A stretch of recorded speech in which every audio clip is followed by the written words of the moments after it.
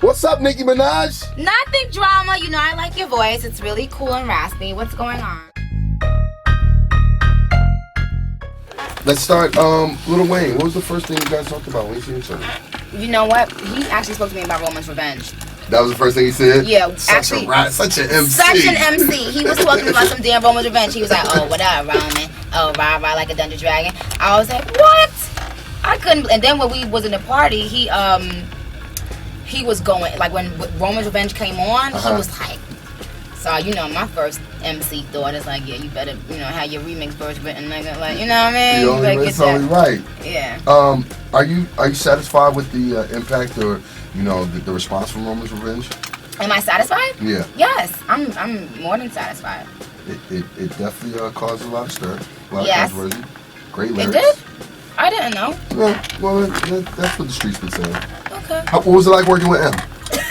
It's been fun. Yeah? It was fun because Eminem was like so super involved, and I didn't expect that. I didn't expect him to do the damn record with me. And then like just getting to know him, he's really cool.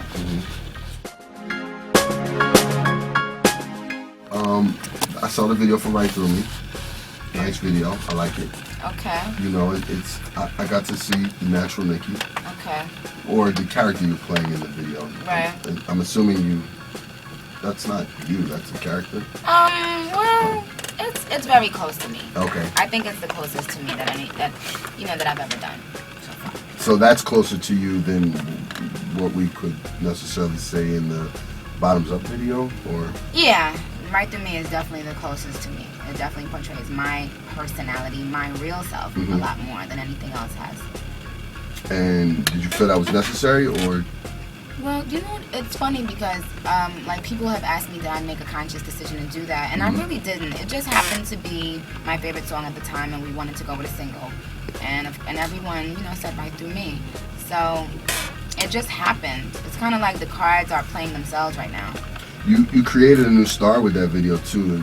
Yes. The dude, what's the dude's name? I don't know. His name is Willie Manfred. Willie Manfred is on fire right now because of the Right Through Me video. I see all the girls talking about him. Oh my God, they're going crazy. He's from Paris. He's super dope. Oh, so he's an accent and everything?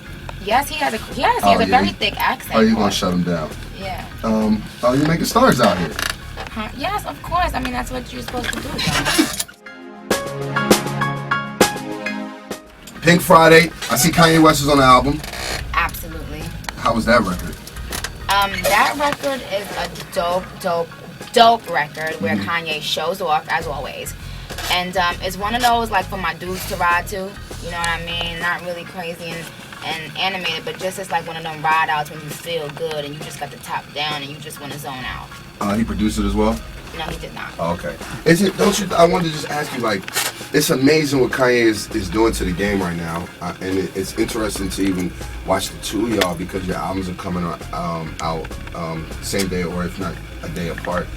And, no, you know, the same day, November 22nd. Same day, okay. And you know, it's a lot of work to put in. I mean, you know, I'm seeing him making these 7-minute songs and, you know, putting together all these collaborations and, you know, putting you on a record with Hov and Ross and, you know, Pusha T and J. Cole and everything. Like, you know, talk to me. Like, what do you think his motivation for doing all this is?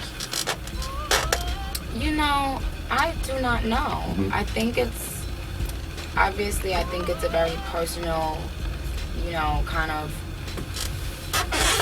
transformation he's going through, where he feels, you know, that now is the time to reach out and embrace people he loves. Sometimes when you get to a place where everyone is doting on you and praising you, you forget that there are so many other people who you really love and who you want to, you know, give a chance to. And I think Kanye is a very giving person, and people don't really know that. You would have to know him to know.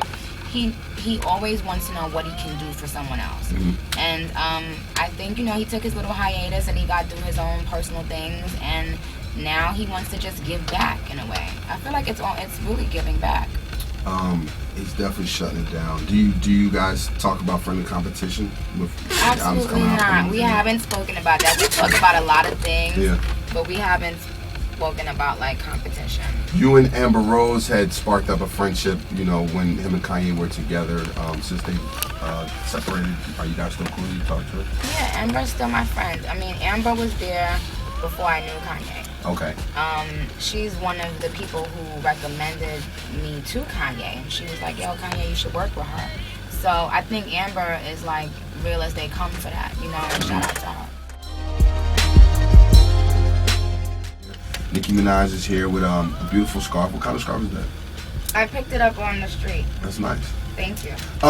Now, recently Drake said that the Alicia Keys song, what's the name of that song? I forget the name of that song all of a sudden. We all know the song. I'm ready, Unthinkable. Unthinkable. He wrote that about you. He said that. Yeah, he said that. I put it out there. He was like, "Oh, you gonna put me on blast like that?" I was like, "Yeah."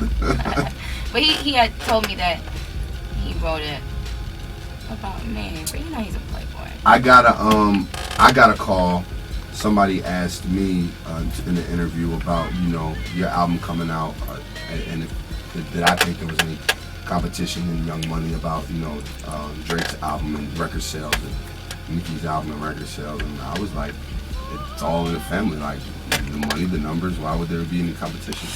Right. I think that Drake is definitely a bigger artist than I am, though. You know, I'm still working my way up to where Drake and where Wayne is. So, to me, it's gonna come gradually where I feel like, oh, you know, I'm there, up there with them. I'm still very underground, and cut it out. I am. You guys hear what Nicki Minaj is trying to tell me right now? No, but seriously, I am. Wouldn't you say maybe he's the only thing that he might be bigger is because his album came out? I mean, if you think about it, you are where he was last year, getting ready and putting up to your album. Yeah, I guess. It's good to be humble, though. I respect the humbleness. No, I'm not trying to be humble. I really don't feel that way. I feel like where he was right before he put out his album was still a little further, you know, because he had already had his mixtape out that had already been for sale. You know, I never had something that was actually for sale, like on iTunes, and, you know, to be purchased anywhere. How's the new song? With me and him? Yeah, on your album. It's dope. It's super, super dope. What should we expect from that? You should expect the best of Nicki Minaj and Drake. I mean, it fits us both so well, you know, and it has a Drake vibe. He doesn't come across like he's trying to fit into Nicki's world. He comes across like he's bringing his world to my world. And what the song is about is just so appropriate for right now. It's called Moment for Life, and it's just talking about I like us. that title. Yeah, it's talking about us seizing this moment and us also kind of basking in the glory a little bit of our moment and not allowing anyone to steal our moment. Speaking of your moment, you know, you've created such a movement with the Barbie movement. Do you think about reinvention? Like, because I knowing you and everything, you know, you're so dimensional, and you've created such a movement. I mean, when you look at down the road, as the Barbies get older, I don't let the Barbie movement define me. Like, I'm allowing my music to define me. You know, a Barbie movement didn't create the verse on Monster. A Barbie movement didn't create the verse on Roman's Revenge.